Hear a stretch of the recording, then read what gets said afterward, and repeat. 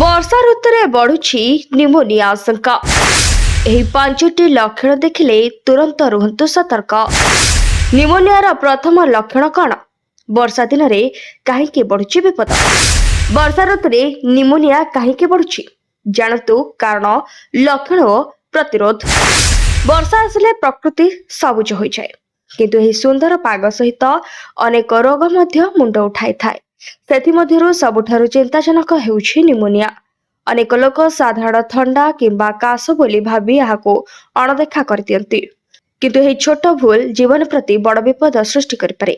ଆଜି ଆମେ ଜାଣିବା କାହିଁକି ବର୍ଷା ଋତୁରେ ନିମୋନିଆ ଅଧିକ ଦେଖାଯାଏ, ଏହାର ପ୍ରାରମ୍ଭିକ ଲକ୍ଷଣ କ'ଣ, କେଉଁମାନେ ସର୍ବାଧିକ ବିପଦରେ ଅଛନ୍ତି ଏବଂ କିପରି ଏହି ରୋଗରୁ ନିଜକୁ ଓ ପରିବାରକୁ ସୁରକ୍ଷିତ ରଖିପାରିବେ। ବର୍ଷା ଦିନରେ ପରିବେଶରେ ଆର୍ଦ୍ରତା ବଢ଼ିଯାଏ। ଏହି ଆର୍ଦ୍ର ପରିବେଶରେ ବିଭିନ୍ନ ପ୍ରକାରର ଭାଇରସ ଓ ବ୍ୟାକ୍ଟେରିଆ ଦ୍ରୁତ ଗତିରେ ବଢ଼ିଥାନ୍ତି। ତାପମାତ୍ରାରେ ବାରମ୍ବାର ପରିବର୍ତ୍ତନ, ଓଦା ପୋଷାକ ପିନ୍ଧି ରହିବା, ଭିଜା ପରିବେଶ ଏବଂ ବାୟୁ ଚଳାଚଳ କମ୍ ଥିବା ସ୍ଥାନରେ ରହିଥିବା ଫୁସ୍ଫୁସ୍ ସଂକ୍ରମଣର ଆଶଙ୍କା ବଢ଼ାଇଥାଏ। ଡାକ୍ତରମାନଙ୍କ କହିବା ଅନୁସାରେ ନିମୋନିଆ ହେଉଛି ଫୁସ୍ଫୁସ୍ର ଏକ ଗୁରୁତର ସଂକ୍ରମଣ। ଏହି ରୋଗରେ ଫୁସ୍ଫୁସ୍ ବାୟୁଥଳୀରେ ତରଳ ପଦାର୍ଥ କିମ୍ବା ପୁଜ ଜମିଥାଏ, ଫଳରେ ଶରୀରକୁ ଆବଶ୍ୟକ ଅମ୍ଳଜାନ ଠିକ୍ ଭାବରେ ପହଞ୍ଚେ ନାହିଁ। ସମୟରେ ଚିକିତ୍ସା ନହେଲେ ଏହା ଜୀବନ ପ୍ରତି ବିପଦ ଆଣିପାରେ। ତେବେ କେଉଁମାନେ ସର୍ବାଧିକ ବିପଦରେ ପଡ଼ନ୍ତି ଚାଲନ୍ତୁ ଜାଣିବା। ସବୁଠାରୁ ଅଧିକ ସତର୍କ ରହିବା ଆବଶ୍ୟକ ଛୋଟ ଶିଶୁ, 60 ବୟସରୁ ଅଧିକ ବୟସ୍କ ବ୍ୟକ୍ତି, ମଧୁମେହ, ହୃଦରୋଗ କିମ୍ବା କିଡନୀ ରୋଗୀ ଏବଂ ଏମାନଙ୍କର ରୋଗ ପ୍ରତିରୋଧକ ଶକ୍ତି କମ୍। ଧୂମପାନ କରୁଥିବା ବ୍ୟକ୍ତିମାନେ ମଧ୍ୟ ଅଧିକ ପ୍ରଭାବିତ ହୁଅନ୍ତି। ତେବେ ଏହି ନିମୋନିଆର ପ୍ରଥମ ସଂକେତ କ'ଣ?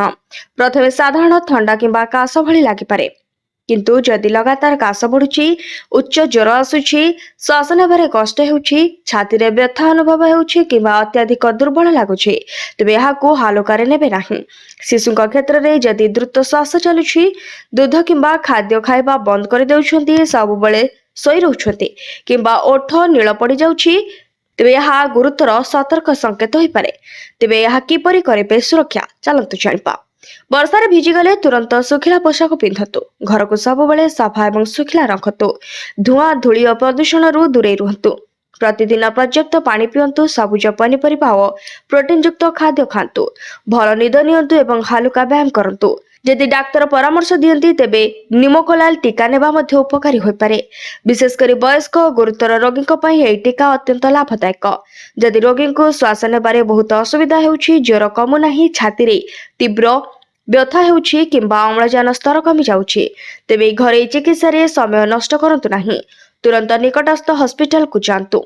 ଯଦି ଏହି ସୂଚନା ଆପଣଙ୍କୁ ଉପକାରୀ ଲାଗୁଛି, ତେବେ ଏହାକୁ ନିଜ ପରିବାର ଓ ବନ୍ଧୁମାନଙ୍କ ସହ ନିଶ୍ଚୟ ସେୟାର କରନ୍ତୁ। ସଚେତନ ରୁହନ୍ତୁ ଓ ସୁସ୍ଥ ରୁହନ୍ତୁ। Bureau report, VNS live.